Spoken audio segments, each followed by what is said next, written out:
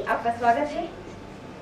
आप आज के अंतिम वक्ता हैं, इसलिए हम आपसे उम्मीद करेंगे कि आप इस कार्यक्रम को समेटते हुए जो यात्रा को आपने देखा है उस यात्रा पर अपनी बात करें।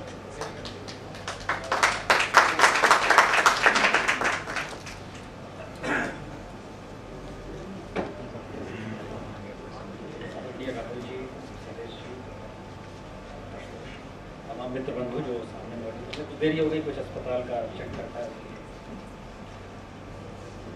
हमें लगता है सारी बात आ गई होगी, सारी बात कही जा चुकी होगी एसपी के संदर्भ को लेते हुए, लेकिन हम चाहते तो नहीं भी आते, लेकिन पता नहीं ये कार्ड हमारे पास जब से आया हमको बेचैनी थी। एसपी होते तो ऐसा कार्ड नहीं चाहते।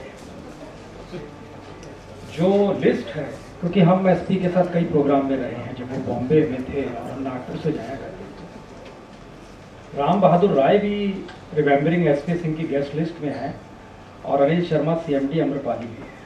एसपी पत्रकारों को बड़ा महत्व दिया करते थे और अक्सर एक दो मौके ऐसे आए जब किसी पत्रकार के संदर्भ में हम लोग मुंबई में जमा हुए थे, तो एसपी ने कहा था कि देखो, पत्रकार की जो ब्रीड है उसको जितना सम्मानित करोगे, दोगे, साथ खड़े होगे, साख उतनी ही बढ़ेगी। और बाकी लोग जो हैं, हम खुद जब मिलने गए थे, महाराष्ट्र का एक मंत्री उनसे मिलने आया हुआ था, उसको छोड़कर वहाँ में बुला के कमरे में ले गए और हमने कहा मंत्री से मिल लीजिए। बोले अरे मंत्री बदलते रहेंगे, आते रहेंगे, पत्रकार ही होता है। तो दरअसल एसपी को लेकर हमारे जहन में बहुत सारी चीज़ें हो सकती हैं, क्योंकि हमारी पहली मुलाकात एसपी से ऐसे समय में हुई थी जब एसपी पर केस हो गया था।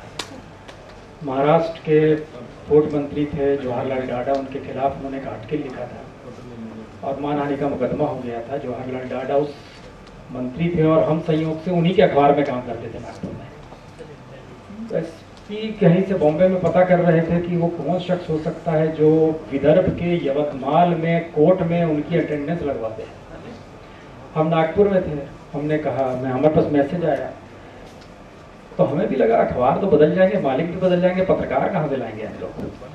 तो हम भी एसपी के साथ यवतमाल में उनकी क्षतिपूर्ति करने लगे और वहाँ पे व्यवस्था करा दी कि उनको आना ना पड़े बम्बई से, क्योंकि बड़ा कठिन था, दूर रास्ता था यवतमाल तक पहुँचने का। हमसे भी पूछा था उस पीरियड में, संपादक ने भी और मालिक ने भी, कि आप ऐसे व्यक्ति का साथ दे रहे हैं, जहाँ आप काम कर रहे हैं उसके खिलाफ जा रहे हैं। तो हमने भी यही कहा था, आप निकाल दीजिए और क्या हो सकता है, हम चले जाएं, कहीं दूसरी जगह नौकरी कर लेंगे, लेकिन एसपी तो पत्रकारिता में रहेंगे ना। अभी पढ़ा करते थे, तब से जानकारी दी। दरअसल एसपी को समझने के लिए हमें लगता है एक तो विषय ठीक नहीं है, एसपी टेलीविजन के आदमी नहीं थे, एसपी जर्नलिस्ट थे और जर्नलिस्ट व्यू से उन्होंने खबरों को चाहे कहीं भी काम किया। हमने जितना पढ़ा, देखा, समझा एसपी को, एसपी हर चीज को एक पर्सपेक्टिव में ले जाके राष्ट्रीय तौर पर चीजों को रखना चाहते थे। ये बात इसलिए महत्वपूर्ण है क्योंकि 1982 में राजेंद्र माथुर का एक लेख नहीं 3 किश्तों में लेख टाइम्स ऑफ इंडिया में छपा था कि हिंदी पत्रकारिता की स्थिति क्या है, और उसमें उन्होंने बताया था कि एक राष्ट्रीय अखबार की जरूरत है। ये हम आपको जिक्र कर रहे हैं जिस समय जनसत्ता नहीं निकला था, और संयोग से उस समय भारत की जो राजनीतिक स्थिति थी उसमें याद कीजिए तो जनता प्रयोग फेल हो चला था। चंद्रशेखर यात्रा पर निकलने वाले थे और जो देश में एक मायूसी का माहौल था, एक अखबार टटोलने की बात अपने तौर पे राजेंद्र माथुर ने कही थी। एसपी रविवार में रहे होंगे उस पीरियड में, उसके बाद फिर दिल्ली आए, दिल्ली में नवाज टाइम्स में राजेंद्र माथुर भी आ गए, एसपी भी आ गए, जनोन्मुखी पत्रकारिता करने लगे, इस बीच में जनसत्ता शुरू हो गया।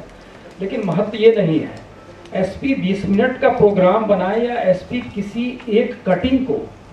रविवार में एक कवर स्टोरी बनी थी कि आरा के पास एक जगह है, वहां पर किस तरीके से एक दलित बुजुर्ग को कुएं में उल्टा करके लटका दिया गया, और जनशक्ति में यह खबर छपी थी, छोटी सी जनशक्ति, पटना से अखबार निकलता था।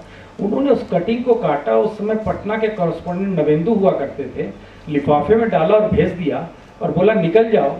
नवेंदु स्ट्रिंगर के तौर पे थे रविवार के लिए, और निकल जाओ और इस पे स्टोरी लाओ, ये कवर स्टोरी बनेगी। और वो शख्स को कलकत्ता से लेटर मिला पटना में, जाहिर उस समय यही सब जरिए थे, और वो निकले और स्टोरी की, और उसके बाद जो दलित और तमाम स्थितियों के मद्देनजर उन्होंने देश की परिस्थितियों को रखा।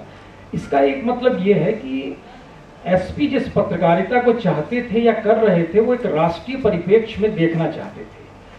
एसपी के बाद की पत्रकारिता, उसको आप टेलीविजन में कह दीजिए तो अच्छा है, टेलीविजन शब्द जोड़ते ही आप बहुत सारी परिस्थितियां सामने आ सकती हैं कि हम लोग क्या कह देते हैं। पत्रकारिता और टेलीविजन में कहीं तालमेल वाकई दूर हो चला है। तो टेलीविजन धीरे धीरे सिमटता गया और टेलीविजन ने उन जरूरतों को पकड़ा जिसका जिक्र गाहे बगाहे हर काम करने वाला शख्स करता है कि किस रूप में चीजें बिकती हैं, क्या होती हैं, क्या टीआरपी है। लेकिन इस चीज को नहीं समझ पाए कि दरअसल जिस राष्ट्रीय परिप्रेक्ष्य में किसी खबर को देखने की जो विजन और जद्दोजहद आपको रोज करनी होगी, उससे बचने के लिए कहीं ये रास्ता तो नहीं है। ये हो सकता है या नहीं भी हो सकता है, ये एक विषय है कि इस पर चर्चा की जाए। लेकिन दूसरा विषय यह है कि क्या इस दौर में कोई भी हिंदी का एक ऐसा न्यूज चैनल है जिसे हम राष्ट्रीय न्यूज चैनल कह सके? हमें लगता है नहीं है। और जरूरत शायद इस दौर में अगर एसपी को याद कर रहे हैं तो एक राष्ट्रीय न्यूज चैनल की जरूरत है। आज जो आप सोचिए कि आज तक निकलता था तो चेन्नई में भी, मद्रास में भी उस समय रिपोर्टर थे, केरल में भी लोग खबर आ जाती थी, नॉर्थ ईस्ट से भी कोई खबर आ जाती थी, मुंबई से भी खबर आ जाती थी, सबको जगह मिलती थी। 90 सेकंड से लेकर 1 मिनट से लेकर 90 सेकंड के बीच में जगह मिल जाती थी। इसका मतलब है एसपी 20 मिनट में भी राष्ट्रीय तौर पर अपनी चीजों को स्थापित करने में लगे थे, जबकि वो प्रोग्राम मेट्रो चैनल पर आता था। मेट्रो हर जगह देखा नहीं जाता है या उस पीरियड में नहीं देखा जा रहा था, फिर भी उनके जहन, इसका मतलब है उस व्यक्ति की पूरी जिंदगी की ट्रेनिंग राष्ट्रीय परिप्रेक्ष्य में वो करना चाह रहे थे पत्रकारिता को लेकर। अब के दौर में हमारी ट्रेनिंग उस रूप में क्या नहीं हो पा रही है या इस दौर की पत्रकारिता नहीं कर पा रही है, इसलिए एक राष्ट्रीय न्यूज चैनल की जरूरत है। राष्ट्रीय न्यूज चैनल को लेकर राष्ट्रीय अखबार के संदर्भ में जो राजेंद्र माथुर ने लिखा था, ये हम आपको बताना चाहेंगे। उस लेख में उन्होंने जिक्र किया था कि दरअसल हिंदी का एक राष्ट्रीय अखबार ऐसा होना चाहिए, इसको शब्द बदल दीजिए तो राष्ट्रीय न्यूज चैनल हिंदी का ऐसा होना चाहिए जो ना सिर्फ सभी खबरों को ले बल्कि उन खबरों के जरिए लोगों को भी जोड़े और लोगों के भीतर ये डेमोक्रेसी का जो एस्पेक्ट है जिसमें वो अपने वोट डालते हैं और उसके लिए जनमत बना सके, यानी बौद्धिक रूप से इतना सक्षम हो कोई न्यूज चैनल। क्या हमारा हिंदी का कोई न्यूज चैनल आपके जहन में आता है? किसी भी खबर को लेकर कही जाए, हमने 10 सांसदों को बाहर का रास्ता पार्लियामेंट से दिखला दिया, लेकिन एक ऐसा पर्सपेक्टिव हम डेवलप नहीं कर पाए कि इस देश में जो अपराधी है, जो क्रिमिनल है, करप्ट है, उनको वोट क्यों मिल जाता है या वो कौन सी परिस्थितियां हैं जिसको लेके एक मुहिम के तौर पर चीजें चलाई जाती है। हम हर विषय को लेकर समझा पाते, कोशिश नहीं हुई, एक तुरंत की चीजें थी, एक स्टिंग हुआ, उसके बाद चीजें आई और गई। तो एसपी को अगर याद टेलीविजन के संदर्भ में किया जाएगा तो हमें लगता है एक राष्ट्रीय न्यूज चैनल के तौर पर जिस दिन इस देश में चीजें स्थापित हो जाएंगी और वाकई वो मानस पटल पे कहीं असर डालेगी और इस रूप में असर डालेगी कि वो जनमत तैयार कर देगी, खासतौर से ऐसे वक्त में जब राजनीतिक तौर पर शून्यता है। एसपी बंगाल से रविवार निकालते हुए या नवभारत टाइम्स में मुंबई में काम करते हुए या राजेंद्र माथुर के मातहत नवभारत टाइम्स में यहाँ पर काम करते हुए जनमुखी पत्रकारिता कर रहे हैं उस पीरियड में, जिस पीरियड में नवभारत टाइम्स का पटना का एडिशन कहता है कि इंदिरा गांधी के दौर में कि इस बार उसको लगभग 52 सीटें मिल जाएंगी 54 में से। बाजा बजा हुआ है वहां पर, वो कांग्रेस का बाजा बन चुका है नवभारत टाइम्स, लेकिन यहाँ पर वो कर रहे हैं और इस रूप में खबर दे रहे हैं।